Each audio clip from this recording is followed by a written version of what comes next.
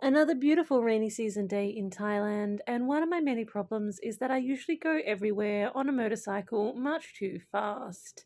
So it's time to slow things down and check out some beautiful locations. First order of the day is to find some happy elephants.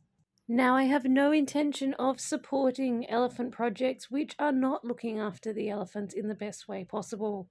Now, Thailand doesn't technically have any elephant sanctuaries, in the sense that an elephant sanctuary would be the elephants running around in a massive habitat a long, long way away from human beings.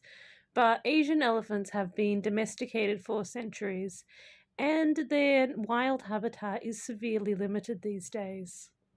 They are mega herbivores, which means they go through more than 150 kilos of herbage every day just to maintain their weight.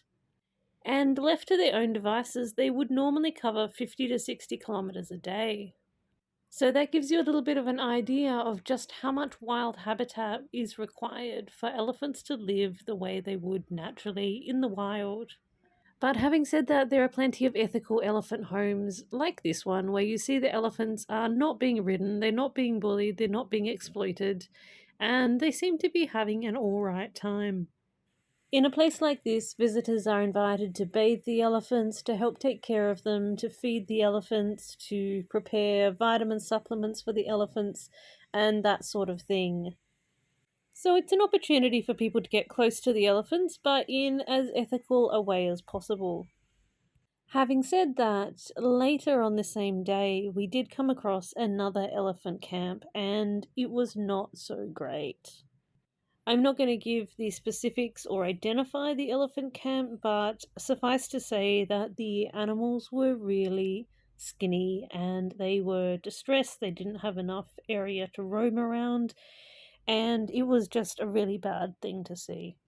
Which is exactly why we need to do our research like this to make sure that we're not supporting and thus perpetuating the wrong kind of establishments.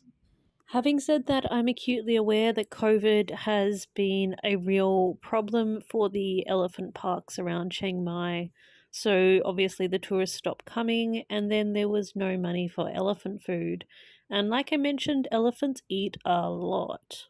So, as well as being an economic crisis for the people around Chiang Mai, COVID has also been a bit of a crisis of animal welfare.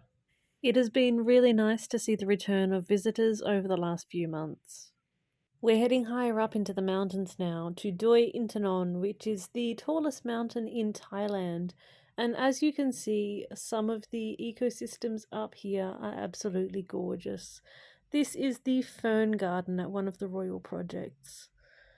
Today it is absolutely lush and absolutely deserted.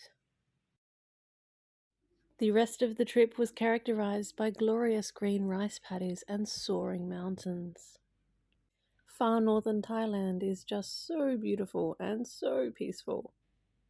In between Mae Hong Son and Pai, but closer to the Myanmar border, there's a Chinese village called Ban Rak Thai, and that is a place where you go to enjoy the beautiful views over the lake and eat your own body weight in Chinese food. This alone was breakfast, and I can't even tell you how much I ate at dinner. I regret nothing. Like many of the ethnically Chinese villages in this part of the world, Ban Rak Thai was founded by nationalist soldiers who fled out of China during the first half of the 20th century. When you come into town, you'll see tea plantations everywhere, signage in Chinese, and amazing Chinese food and preserves. The more I explore, the more I am greeted by views like this. As an enduro rider, you just look at these mountains and see fun. Speaking of fun, I couldn't help myself. I insisted that we go and explore some more routes quite close to the Burmese border. In this region, there are a lot of caves and cliffs, and quite often in those caves you will find teak coffins which are thousands of years old. To this day, a lot of these caves and archaeological finds remain known only to local people and are yet to be documented by the universities here. It's a real privilege to get to explore such untouched gems, but it also really drives home the importance of leaving not even footprints when you visit places like this. Anyway, that's enough of me telling you about all the fun I had. After this checkpoint, we ended up driving into some real off road fun, with plenty of red clay as the rain fell down. There was a moment when I wasn't sure if we were going to make it out in one piece, but that's always part of the adventure. And of course, I duly catalogued the gnarliest bits to come back and explore them on the enduro bike. And on that topic, my homework here is done. It's time to get back to Chiang Mai and get the enduro bikes out so that we can get back to some more hardcore exploration. You can rest assured, however, that I have tested the coldness of the beer at all the stops along our tour route. The noodles are hot, the beer is cold, and Thailand awaits you.